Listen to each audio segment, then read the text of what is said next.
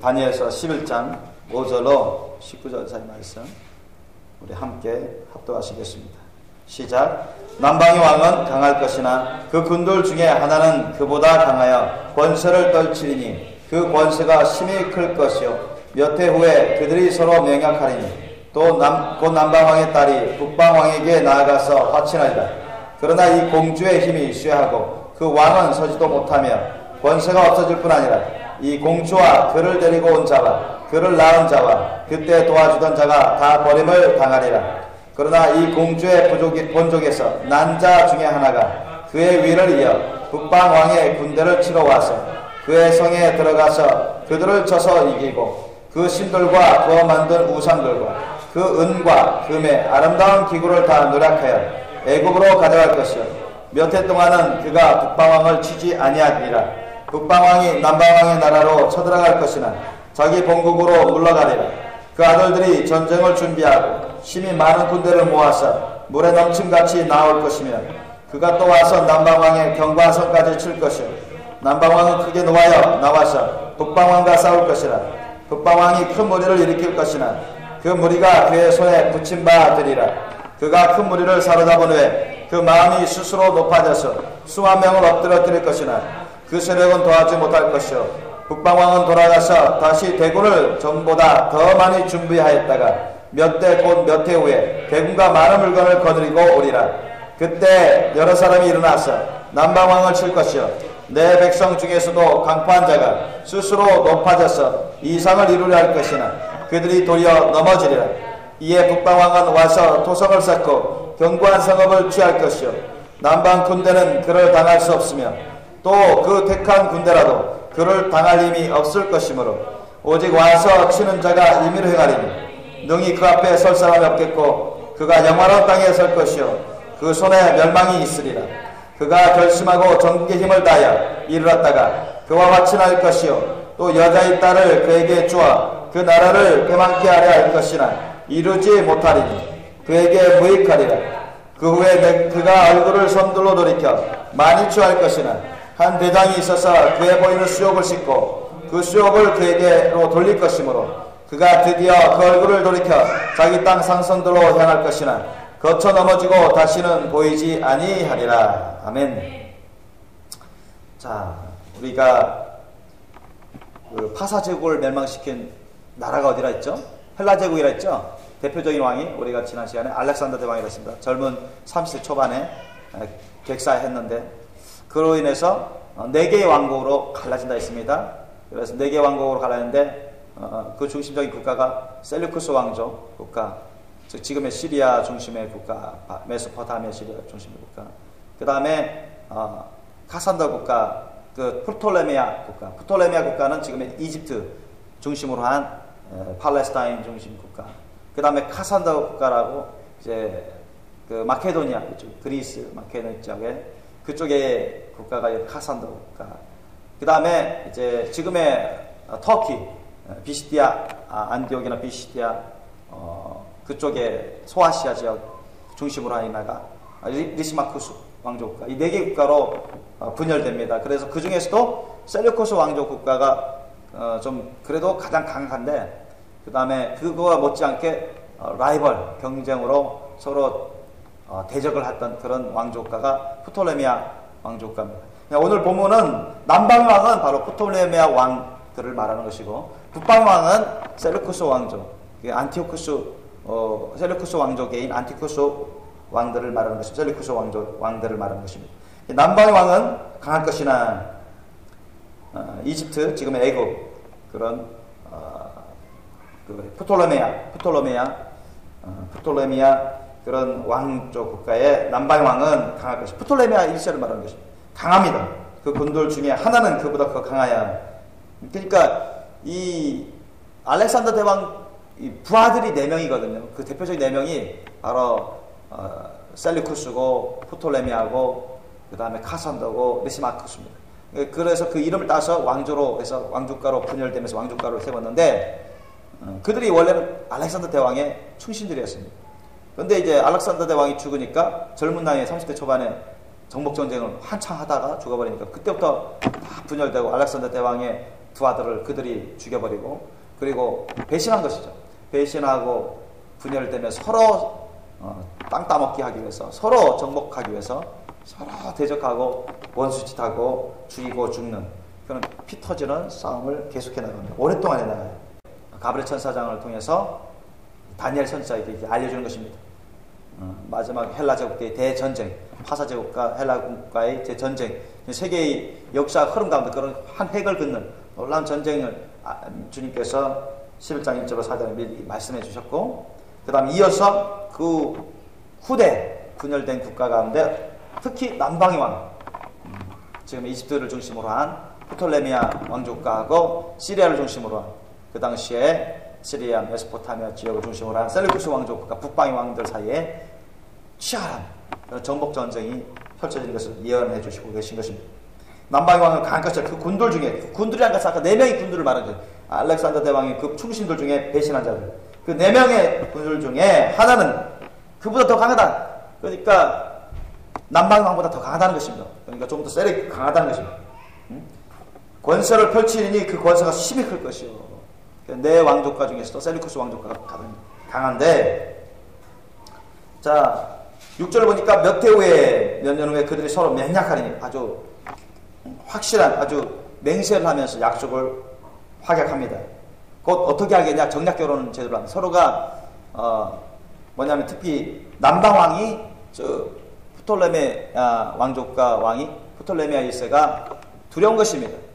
이제 셀루쿠스 왕이 군대를 이끌고 자기네가 정복할까봐, 자기네 죽일까봐 겁나서 자기 딸을 시집 보냅니다. 그곳으로. 그래서 정략 결혼해서 같이 맺어서 위기를 모면하려고 하는 것입니다. 남방왕이 프톨레미아 1세의 딸이 북방왕에게, 그 셀루쿠스 왕에게 나아가서 화친하자, 정략 결혼으로 시집 보내요. 그러나 그 뜻대로 되지 않습니다. 이미 북방왕은 이미 결혼한 사람입니다. 결혼한 사람인데 그 본부인이 가만히 있지 않죠. 본부인이 가만히 있지 않고 그 남편도 독살하고 프톨레미아 남방왕의 딸도 죽이고 마는 것입니다.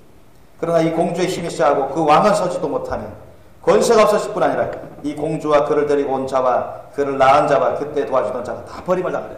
그럼 다 저주의 죽음을 당하고 마는 것이죠. 서로가 서로를 화치 맺으면서 서로 경략 절연도 하고 서로 이제 동맹국가 맺더라도 다 꿍꿍이 속 있는 것입니다. 어떻게 하면 기회를 봐서 저들을 죽이고 정복할까? 그런 왕족국가 가운데 왕조들, 그런 셀루쿠스 왕족가와 그런 프톨레미아 왕조들 사이에 서로 정적을 하는데, 그 가운데서 또 자기의 아내에 의해서, 본부인에 의해서, 물론 그 셀루쿠스 왕이 본부인을 버립니다.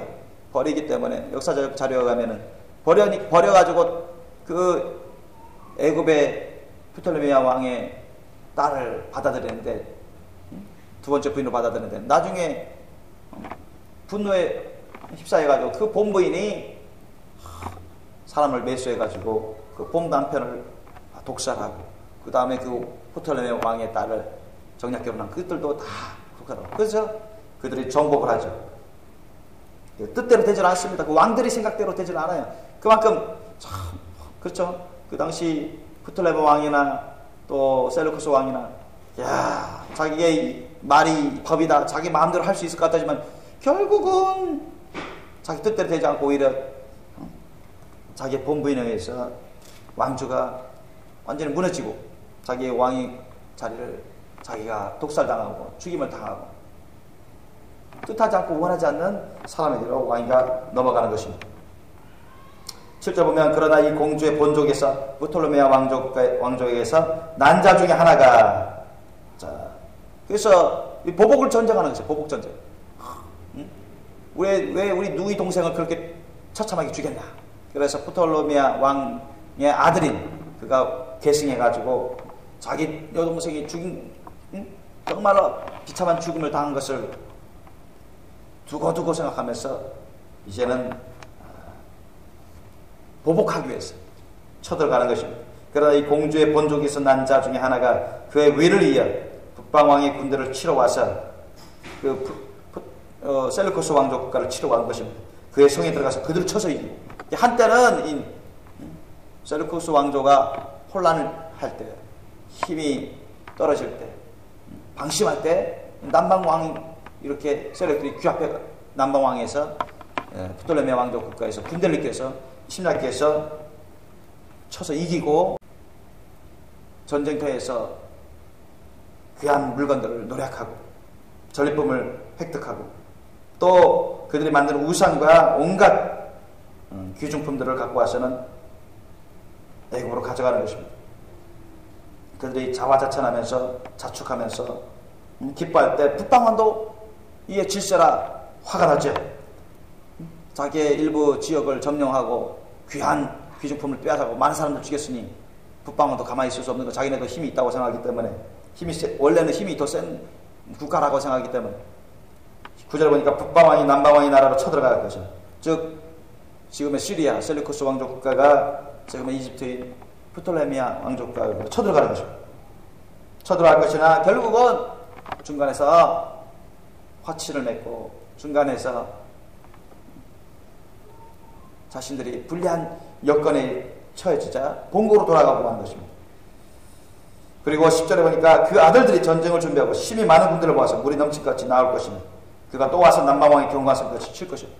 그러나 그것을 끝난 게 아닙니다. 잠시 잠깐 전략 전술적으로 후퇴한 것이지 보복전쟁을 그만둔 게 아니에요.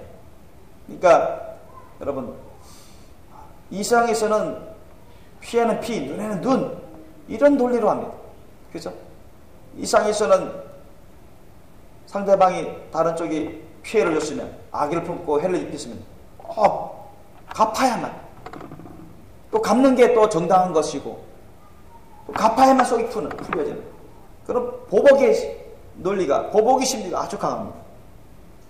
역사적으로 봤을 때도 그렇습니다.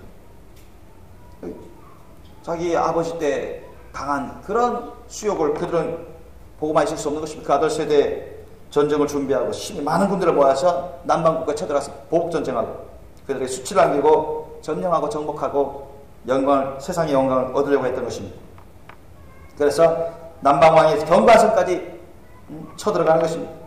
그러나 남방왕도 이에 질서라 가만히 있지 않았으며 서로, 그러니까 오늘 보면 남방왕, 이 프톨레메 왕족과하고 북방왕 셀루쿠스 왕족과하고 서로 티격태격 계속 전쟁, 끝없는 전쟁이 퍼져요. 끝없는 전쟁이 펼쳐집니다. 그래서 많은 사람들이 죽임을 당하고 얼마나 고통과 혼란에 빠지고, 그 가운데 여러분, 그 중간에 고래 싸움에 새우등 터진다고, 그 고래 싸움에 새우등 터진다고 새우 같은 위치에 있었던 이스라엘 유대인들이 얼마나 고난과 고통을 당하는 그런 어려움을 겪게 되는 시절이 오게 되는 것입니다. 11절 보면 남방왕 크게 농하여 나와서 북방왕과 싸울 것이라. 북방왕이 큰 무리를 일으킬 것이니 그 무리가 그의 손에 붙임받으리라. 자꾸 사실은 원래 국력으로는 북방왕이 좀 센 것 같은데 희한하게 남방왕이 처음에는 많이 이겨요. 처음에는 많이 이깁니다. 12절 보니까 그가 큰 무리를 사로잡은 후에 그 마음이 스스로 높아져서 수만 명을 엎드러뜨릴 것이나 그 세력은 더하지 못할 것이요. 그러나 이게 결정적인 어떤 전쟁, 전투에서 남방왕 쪽이 승리를 하지만, 그러나 더 이상 그 세력이 커져 나가지는 않는다는 얘기입니다. 그러나 북방왕은 점점 국력을 기르고 세력을 키웁니다. 13절을 보면 북방왕은 돌아가서 다시 대군을 전보다 더 많이 준비하였다가 몇 대 곧 몇 해 후에 대군과 많은 물건을 거느리고 오리라. 14절 보니까 그때 여러 사람이 일어나서 남방왕을 칠 것이요. 자, 이때는 북방왕 셀루쿠스 왕조 국가만 오는 게 아니라 다른 주위에 있는 연합군대를 일으켜서, 다른 연합국가와의 연합군대를 일으켜서, 크고 작은 연합군대를 일으켜서 이 남방왕을 치는 것입니다. 심지어는 내 백성 중에서도 강포한 자가 스스로 높아져서 이 상을 이루려 할 것이는 그들이 도리어 넘어져. 이 내 백성이라는 것이 누구냐면은 이때 내는 다니엘입니다. 다니엘. 내 백성 중에서도, 즉 다니엘 백성 중에서도, 이스라엘 유대인 백성 중에서도 강포한 자가 스스로, 포악한 자가 스스로 높아져서 이 상을 이루려 할 것이다. 그러니까 그들도 이 틈을 타서, 자, 그때까지만 해도 이 팔레스타인이죠. 유대, 가나안, 팔레스타인 지역은 어느 왕족국가 세력의 귀속이 됐냐면 이 프톨레미아 왕족국가, 지금 애굽의 왕족국가에 거의 속국이 되다시피 했습니다. 지배를 받는 그런 지역이었습니다. 그런데 이 남방왕 프톨레미아 왕족국가가 세력을 이제 잃어가고 위기에 처해지니까 셀루코스 왕족국가가 더 군대를 일으키고 자기들을 위협하고 회유를 하면서 같이 이제 애굽을 칠 건데, 프톨레미아 그 왕족국가를 칠 건데, 너희들이 함께 우리 편을 들면 우리가 너희들을 독립시켜주고 우리가 너희들을 귀하게 봐주고 그 대가를 지불해준다. 그리고 위협하고 회유하면서 할 때 이스라엘 유다인 백성들이 이전에는 프톨레미아 왕족국가의 편을 들었다가 거기에 눈치를 보면서 살다가 이제는 셀루코스 왕족국가가 위협적으로 나오고 더 강력해져 가니까 거기 눈치를 보면서 서로 간에 유대인 이스라엘 사람들 가운데서 서로 분분하고 서로 싸우고, 한쪽은 셀루코스 왕족국가 편, 한쪽은 프톨레미아 왕족국가 편을 들고 그러면서 난감하게 된 것입니다. 그 가운데 강포한 자, 포악한 자가 독재자처럼 일어나서 유대 백성들을 자기가 휘어잡고 셀루코스 왕족과 편을 들어서 이참에 우리가 왕을 이제 정식적인 국가를 세우자. 그렇게 하는 자도 일어난다는 예언인 것입니다. 내 백성 중에서도 강포한 자가 스스로 높아졌어요. 자기가 분명 자기는 그럴 만한 능력이 있고 자기를 통해서 이제는 셀루코스 왕족 따라 거기를 도와가지고 우리가 국가를 일으키고 우리도 강성한 나라를 세우자. 그런 포부를 갖고 했지만은, 그러나 그들이 지나친 욕심으로 만나서 결국은 숲으로 돌아가고 마는 것입니다. 결국은 다 목숨을 잃고 마나요. 15절 보니까 이에 북방왕은 와서 토성을 쌓고 견고한 성읍을 취할 것이요 남방 군대는 그를 당할 수 없습니다. 또 그 택한 군대라도 그를 당할 힘이 없을 것이므로. 자, 북방왕 셀루코스 왕족가가 이스라엘 유대를 진짜 존귀하게 여겨주냐? 그렇지 않습니다. 말은 처음에는 그랬지만은 내가 잘해주겠다 우리 편을 들면 했지만은 결국은 이스라엘 유대 땅을 다 침노하고 그들을 죽이고 노략질하고, 한때는 그들 편을 들려고 했던 자들도 죽이고 완전히 식민지 국가로 만들어버려요. 완전히 종속국가로 만들어버려요. 예, 그만큼 여러분 세상 나라는요, 즉 그때나 오늘날이나 여러분 때때로는 동맹도 맺고 뭐 연합도 하고 화친도 맺고 그러지만요, 한때의 친구가 또 나중에는 다시 또 적이 되어버리는 경우가 많습니다. 그때나 오늘 한때의 적이 친구가 되기도 하지만 한때의 친구가 또한 적이 되는 적국가가 되어버리는, 대적국가가 되는 그런 역사들이 얼마나 많은지 모릅니다. 얼마나 많은지 모릅니다. 그렇잖아요, 여러분. 예를 들면 보세요. 우리 오늘날 세계 외교사라든가 세상 정치 세계를 보면은 그게 확연히 드러납니다. 확연히 드러나.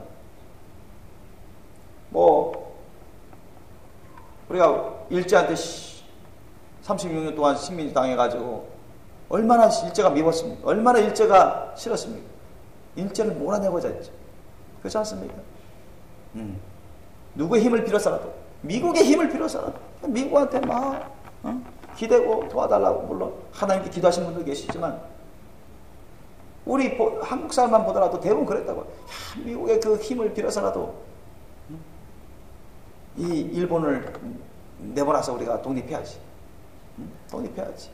그냥 미국을 막 친하게 지내고 막 하고, 미국 군대들이 부분적으로 나쁜 짓을 해도 억울하지만 꼭 참고 우리가 독립하기 위해서는 어쩔 수 없고, 우리가 온전한 국가가 세우기 위해서는 어쩔 수 없다는, 그러니까 눈물겨운 그런 서름 가운데 그것을 참고 이겨내는 것입니다. 그렇게 미웠던 일본 보세요. 지금 여러분 한국 사람이 오히려 북한보다 일본을 더 여러분 경계하고 일본을 더 여러분 그렇게 대적하고 그렇습니까? 아닙니다. 오늘날은 여러분 한국 보세요. 남북한이 성제국가였지만 하나라고 했지만 이제는 서로 대적을 하는 것입니다. 주적국가가 여러분 남한은 북한이고 북한은 남한이에요. 주적국가가. 옛날에 보세요. 여러분 2차 세계대전까지만 해도 중국과 미국은 연합국가였습니다. 일본이 주적국가였습니다. 일본의 주적국가는 중국과 미국이었습니다. 러시아였습니다. 그런데 오늘날 보세요. 2차 세계대전 끝나고 나서 어떻게 됐습니까? 중국하고 러시아하고 미국이 서로 주적국가 됐습니다. 일본하고 미국은 주적국가였는데 이제 또 연합해요. 이제 동맹국가 됐습니다. 그리고 오늘날 보세요. 우리 한국은 중국과 엄청 커져가는 중국과 미국 사이에 지금 여러분 그 중간에서 어떻게 해야 될지 점점 갈수록 번민해가는 그런 외교 가운데 있습니다. 번민해가는 그런 국제 정세 가운데 있습니다. 중국도 엄청 커져가죠. 일본보다 더 커져가죠. 미국에 맞먹으려고 하죠. 아직은 미국에 맞먹지 미국과 같지는 않지만 미국은 조금씩 쇠퇴해가죠. 그 가운데 끼어가죠. 더욱이 바로 앞에는 북한이 늘 노리고 있죠. 러시아도 어떻게 될지 변화무쌍한 나라고. 또 우리나라의 제일 무역 상대국, 세계 제1의 무역 상대국은 중국입니다. 옛날엔 미국이었지만 이제는 중국이에요. 중국의 그런 말도 우리가 무시할 수가 없어요. 중국이 무역을 전면 딱 거래에 끌어버리면 우리나라 국가 경제가 휘청합니다. 중국의 달러가 얼마나 많은지 그것 때문에 미국한테 큰 소리 치는 것입니다. 미국의 제일 채권 국가가 중국이잖아요. 수조 원 제가 알기로는 1조 달러 더 되는 그런 채권을 갖고 있는 걸로 알고 있습니다. 달러까지 합치면 2조 달러 이상으로 갖고 있는 걸로 알고 있습니다. 그러한 정치, 경제, 외교 정세 가운데 우리나라는 지금 참으로 난감한 가운데 있습니다. 언제까지나 미국까지만 붙어 살 수도 없고요. 더욱이 미국 보세요. 미국에 여러분 이 소파 한미 이 군사 행정 그 법인 소파가 행정 그 규약인 소파가 있지만 이제까지 정말 미군이 다른 아니지만 일부 미군들의 행포에 의해서 지금은 조금씩 좋아지고 있지만 아직까지도 우리 한국민이 억울한 일을 당하는 경우가 많습니다. 그럴 때마다 우리 나라가 힘이 있었으면 스스로 자주국방이 됐으면 괜히 미국한테 의지해가지고 꼭 우리나라에 그들이 그렇게 많은 군대를 꼭 배치하게끔 할 필요가 없는데 우리나라가 자주국방이 제대로 안 되기 때문에 어쩔 수 없이 미군의 도움을 받으면서 의지하면서 하는 것입니다. 왜냐하면 북한이 계속 쳐들어오려고 하죠. 계속 테러하고 공격을 하죠. 중국도 위협을 하죠. 러시아도 기회를 노리고 있죠. 일본도 만만 우리가 안심하는 단계가 아니죠. 그러니까 미국이 없으면 우리는 일본하고도 크게 충돌되고요. 중국하고도 크게 충돌되고요. 북한은 말할 것도 없고요. 언제든 전쟁이 터질 수 있는 그런 환경이거든요. 그런데 여러분 우리 남한이 이 이스라엘 유대 사람 그 당시 이스라엘 유대 사람처럼 해버리면 점점 우리나라가 더욱더 어려운 가운데 처해지고 말 것입니다. 이 시기에 이스라엘 백성들은 바벨론 포로에서 돌아왔고 또 그곳에 살고 있는 사람들이 있었어요. 가나안 지역에서 뿔뿔이 흩어진 사람들 살고 있었지만 정말로 하나님께 의지하고 하나님께 기도하고 주님의 말씀대로 살아가려고 하는 사람들이 점점 처음부터 별로 없었지만 점점 적어 들어가는 것입니다. 줄어 들어가는 것입니다. 세상 나라의 큰 강력한 나라에 빌붙어가지고 거기에 의지하려고 하고 힘센 사람들에 의지하려고 하고 돌에 의지하려고 하고 군대에 의지하려고 하고 하나님께 의지해야 되는데 하나님을 의지하고 하나님께 기도하고 하나님께 간구하는 그런 사람들은 별로 없고 바벨론에서 해방시켜서 하나님의 은혜를 기억하고 정말로 똘똘 뭉쳐서 이제는 정말로 강력한 이스라엘 민족으로 건너야 되는데 그렇지 못했습니다. 세상에 그런 정치, 경제, 군사 거기에 의존하고 빌부터 살려고 했어요. 육신적인 것에 빌부터 살려고 하니까 하나님께서 세상의 강한 나라를 통해서 큰 고난과 고통을 당하게 만드시, 큰 피해를 당하게 만드시. 왜 그들도 여전히 우상을 섬기고 이스라엘 백성들이 회복, 예루살렘으로 유대 땅으로 돌아온 다음에도 다 돌아오지도 않았지만 여전히 우상을 섬기는 자들, 세상 우상을 섬기는 자들이 있었고 그런 자들이 적지 않았습니다. 그러니 하나님께서 가만히 계시지 않죠. 매를 드리는 것입니다. 그래서 14절에 그때 여러 사람이 일어나서 남방왕이 양방을 칠 것이요 내 백성 중에서도 다니엘 내 백성 중에서도 강포한 자가 스스로 높아져서 이 틈을 다 가지고 그가 왕이 되려고 하지만 그렇게 해서 사람들을 선동하고 기회를 타서 자기 왕이 올라가려면 하나님 허락하지 않습니다. 오히려 자기를 밀어줄 것 같은 그런 셀루쿠스 왕족과 군대에 의해서 죽임을 당하는 것입니다.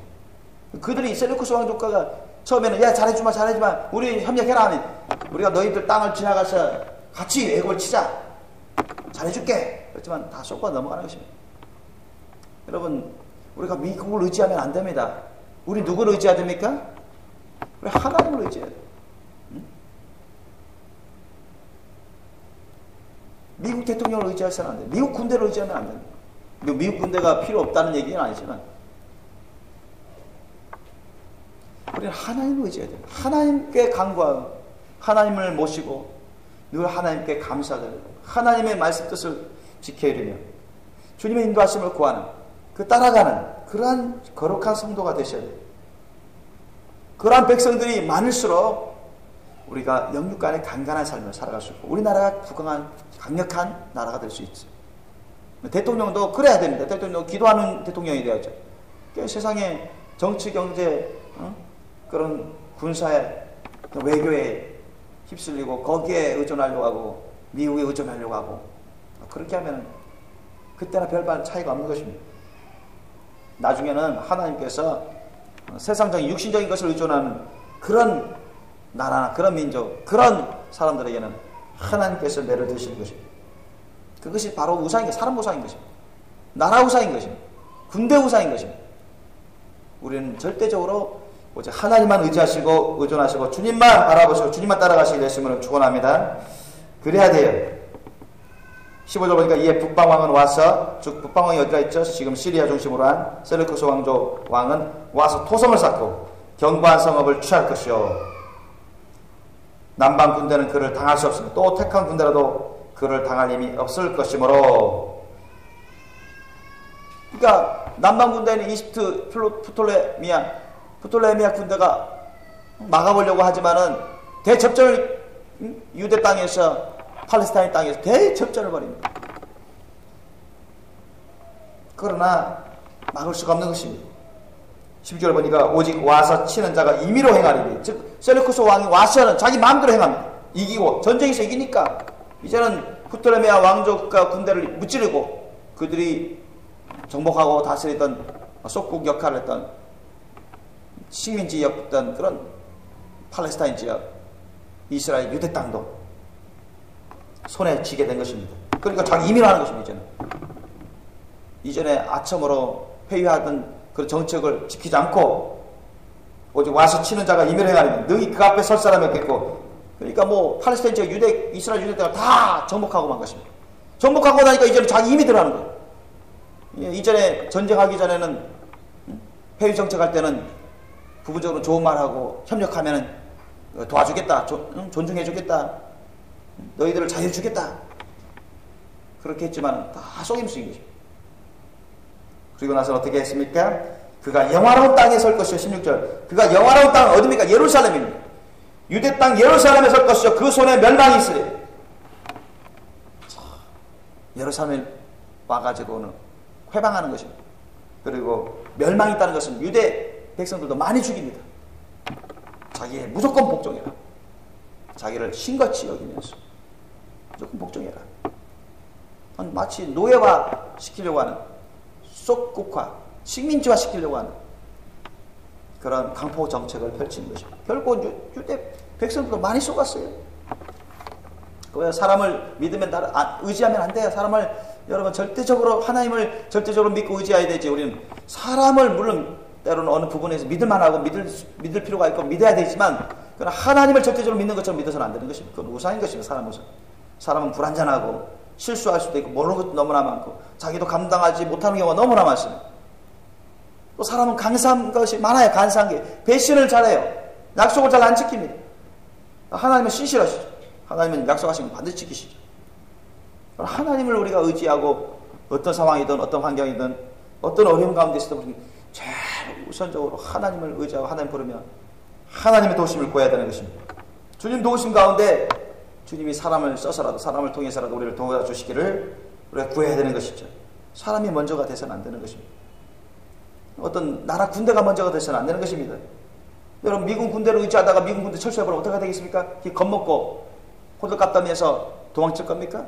제가 예전에 얼마 전에 신문 보니까 남북한 전쟁 터지면은 싸우러 갈 사람 하니까 나는 한 50%, 70% 이상 들 줄 알았는데 30% 좀 넘었어요.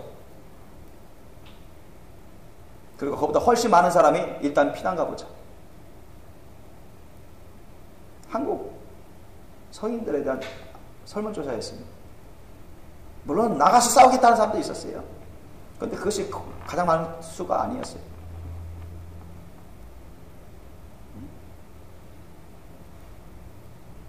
전쟁에 대한 두려움이 있어요. 혹시 질지 모른다는 두려움이 있어요. 지면은 모든 걸 잃는다. 죽임을 당한다. 그런 두려움이 있습니다. 물론 북한도 있어요. 그런 게 있어요. 북한도 전쟁 터지면 물론 큰 피해를 입어서 결국은 미군과 한국이 연합해서 북한을 만약 점령하게 되면 그 위정자들이 다 죽임을 당할 것이고 다 잃을 것이고 그런 것도 두려워하는 부분도 있습니다. 그러나 이런 여러분 세상 군대를 두려워하고 세상 전쟁을 두려워하고 세상 왕들을 두려워하고 하나님을 두려워하지 않고 하나님을 경외하지 않고 하나님을 의지하지 않고 이런 자들을 두려워하고 이런 것들에 흔들리고 이런 것들에 좌지우지되고 그런 것은 우상들인 것입니다. 잘못된 것입니다. 하나님께서 도와줄 수가 없습니다. 결국 셀루쿠스 왕도 북방 왕을 의지했지만은 결국 배신당하는 것입니다. 결국 또 그들은 식민지화 되어버리고 많은 사람 죽임을 당하고 노략질 당하는 것입니다. 그 손에 멸망이 있으리라.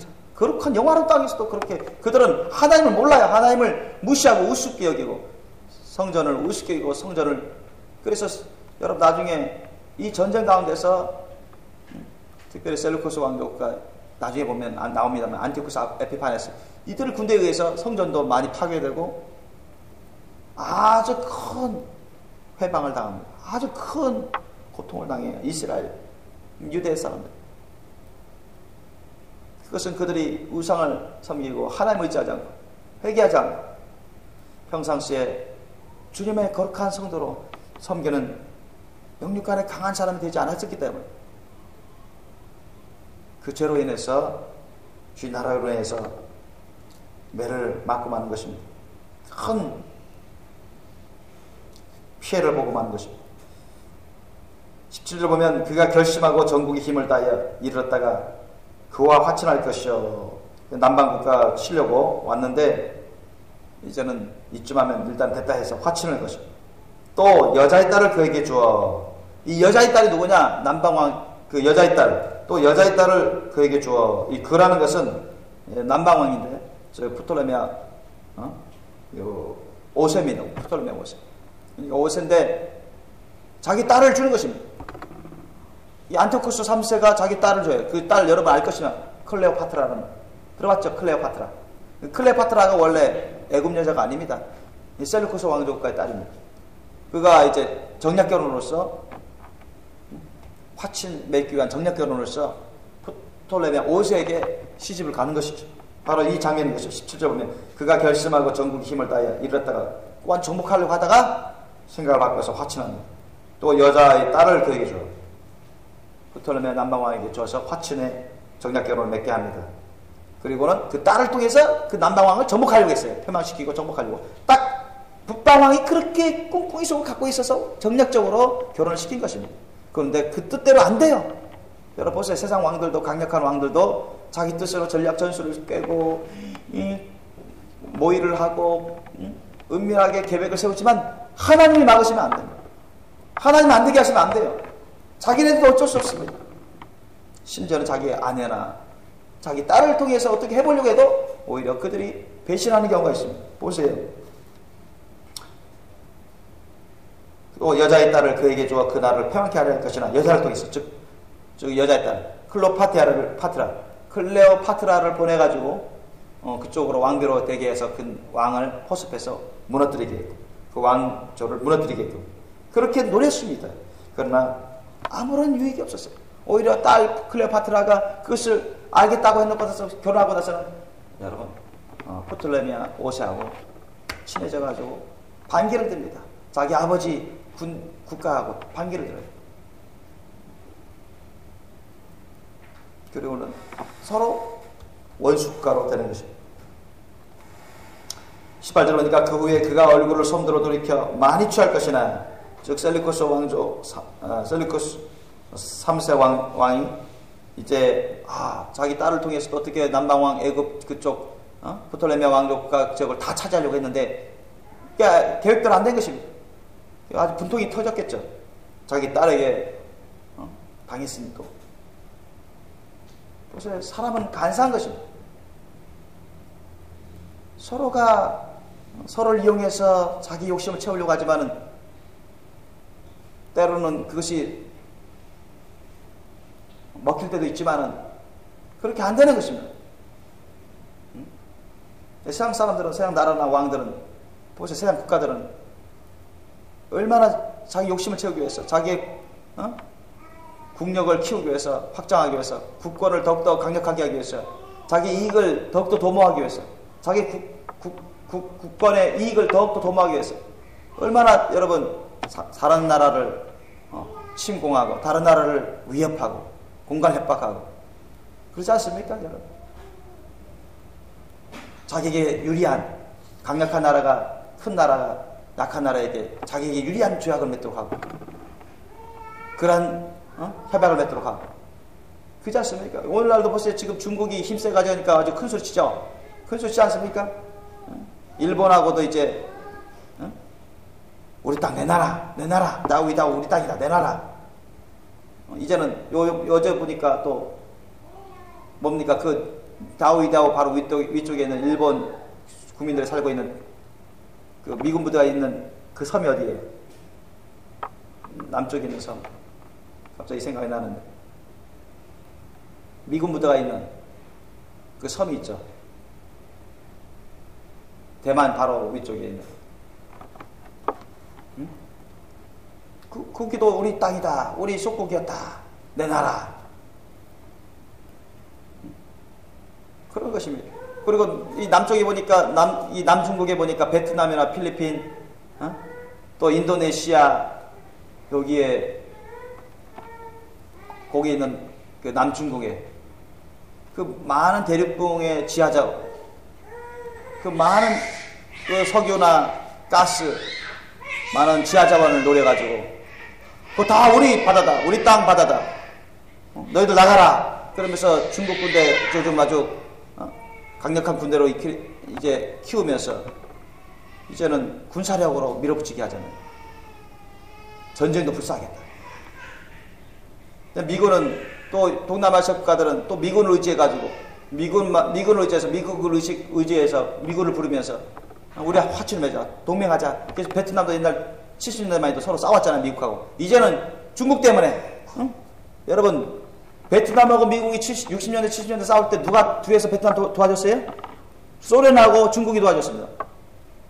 북한도 일부분 참전했어요. 그런데 그 베트남 전쟁이 끝난 다음에 누가 또 베트남하고 또 누가 싸웠습니까? 중국이 싸웠어요. 자기 동맹국가였고 자기 원조국가였던 중국이 베트남 땅을 더 넘어와가지고 미국이 떠나니까 또 싸웠어요. 중국이 쳐들어왔습니다. 여러분 70년대 후반에. 그리고 그때의 주적 국가였던 서로 베트공과 지금 베트공과 미국 보세요. 이제는 막 친해집니다. 우리나라도 지금 막 외교 관계를 훨씬 오래전에 맺고 정치적으로 얼마나 가깝습니까? 외교적으로 여러분 옛날에는 베트남과 중국이 가까웠는데 이제는 베트남과 한국이 가깝습니다. 베트남과 미국이 가까워요. 왜?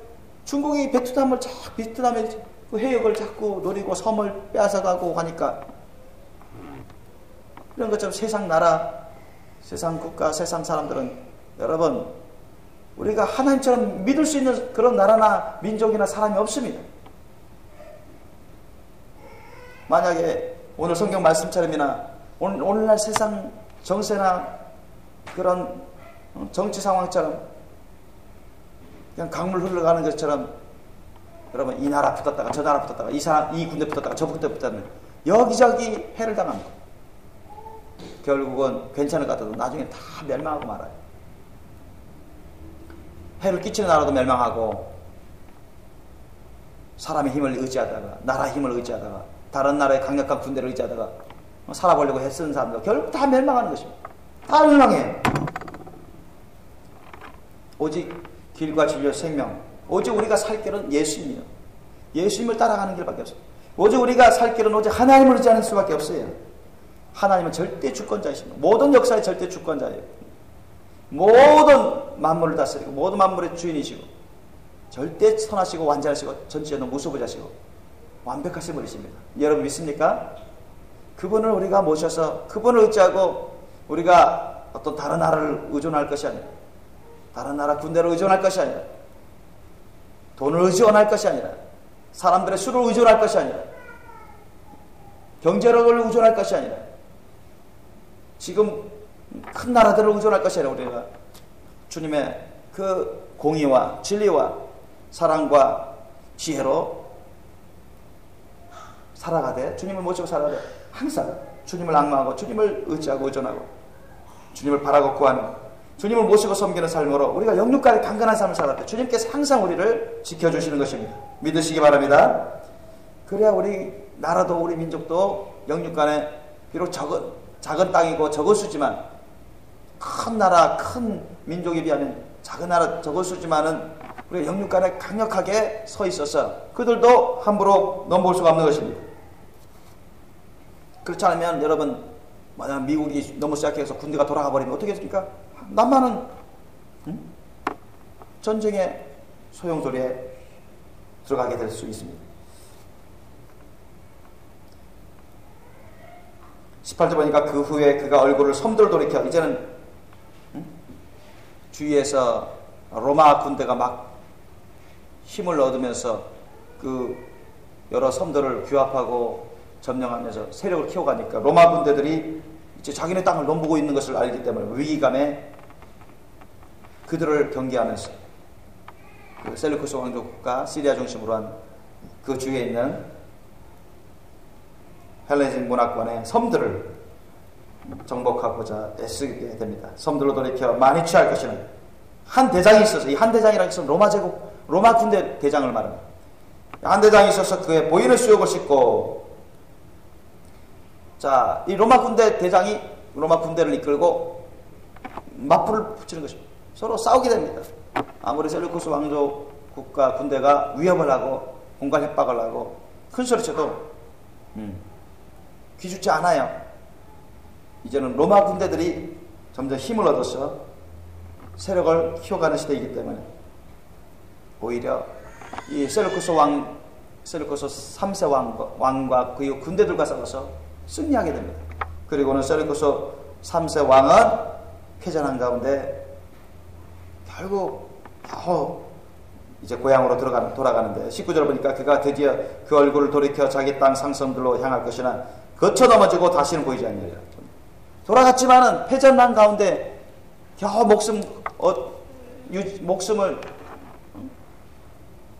목숨을 구해서 돌아가지만은 자기 부하들에게 또 이 배신을 당하고 자기 부하들에게 죽임을 당하는 것입니다.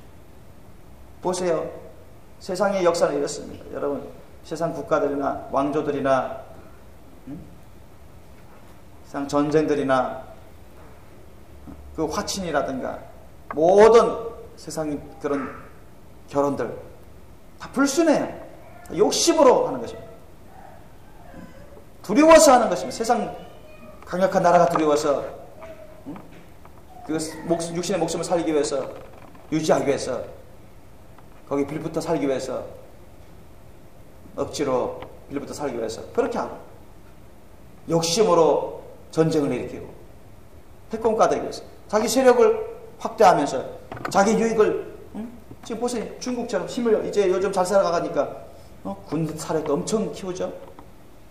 미국 다음으로 세계에서 두 번째로 지금 국방비를 많이 쓴답니다. 지금 요즘 무기도 아주 현대화, 최첨단화 그렇게 하고 있고.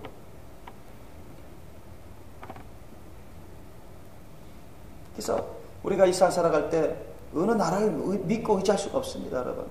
저는 미국을 믿고 의지하지 않습니다.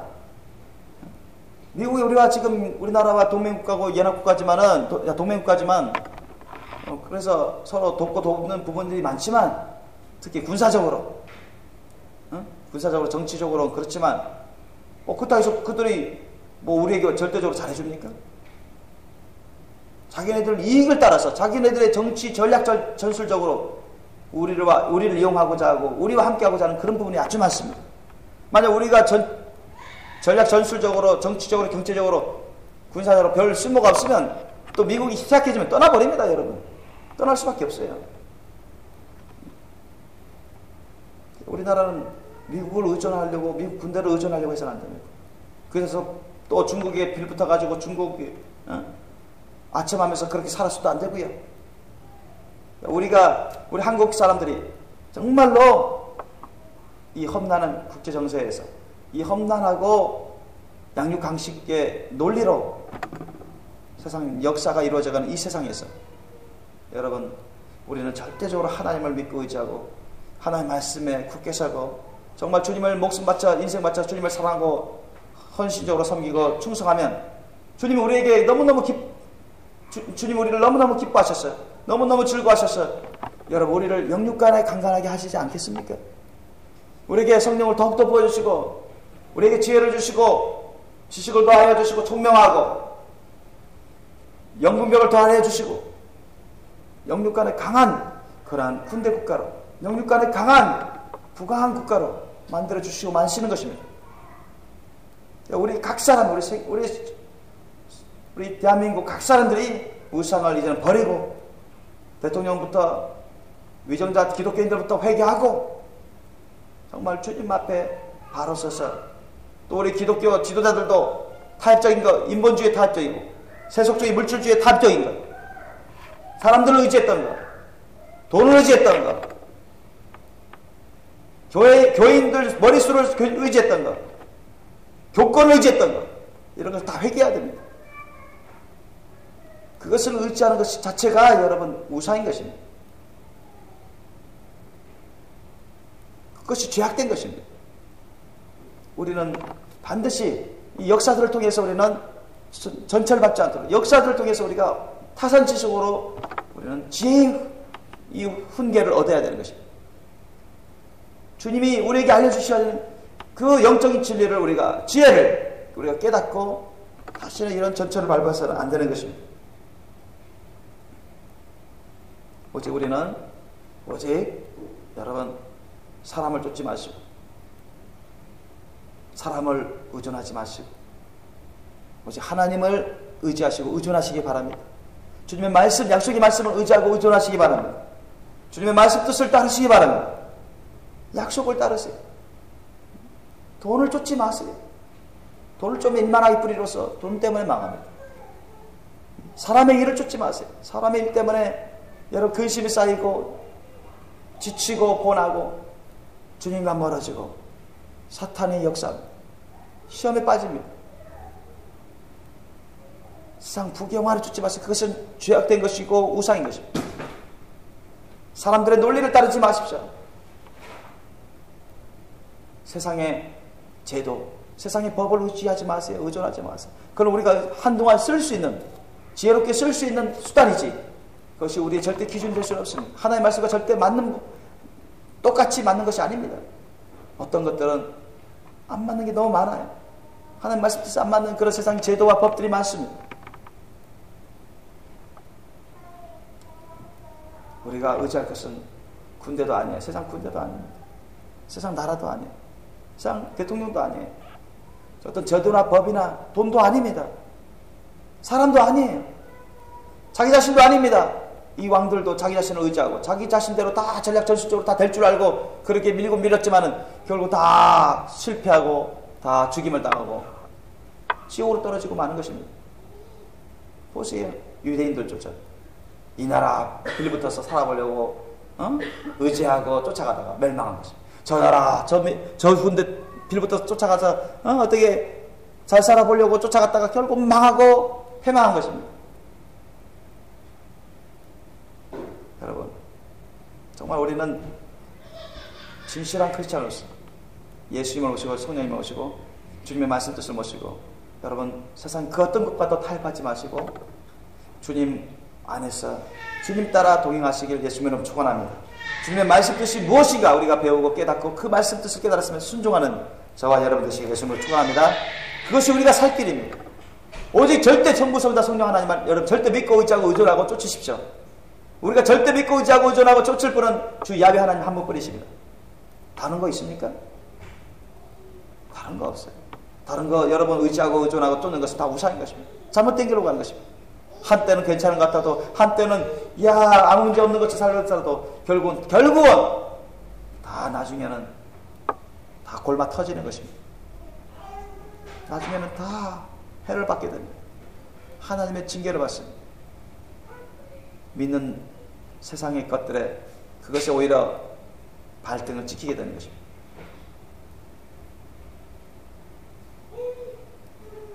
그래서 저는 오직 하나님만 절대 믿고 의지하고 전하고자 합니다. 여러분도 그렇게 하실 예수님을 축원합니다. 우리 함께 기도하시겠습니다. 오늘 이 시간 우리가 이 시간 기도하기를 원합니다. 오늘 본문 말씀은 여러분 기억하시면서 세상 사람들이 세상 나라들이 그렇게 치고 쳐들어가고 전쟁 일으키고 죽이고 죽이면서도 그들은 다 정복할 수도 없거니와 자기들이 권력이 부한 것은 힘이 센 것은 일시 한때뿐이고 결국은 자기들도 비참하게 죽임을 당하고 자기의 부하들이나 자기의 가족들도 자기를 배신하고 서로 욕심을 위해서 배신합니다.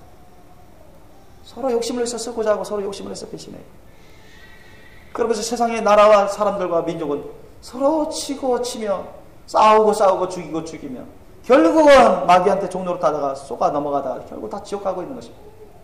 절대 그런 과오를 범하지 않고 우리는 오직 예수님의 십자가 사랑의 길로 갈 수 있도록 범사의 십자가 사랑의 길로 범사의 주님의 말씀 뜻대로 순종하는 길로 갈 수 있도록 우리 함께 기도할 수 있기를 원합니다.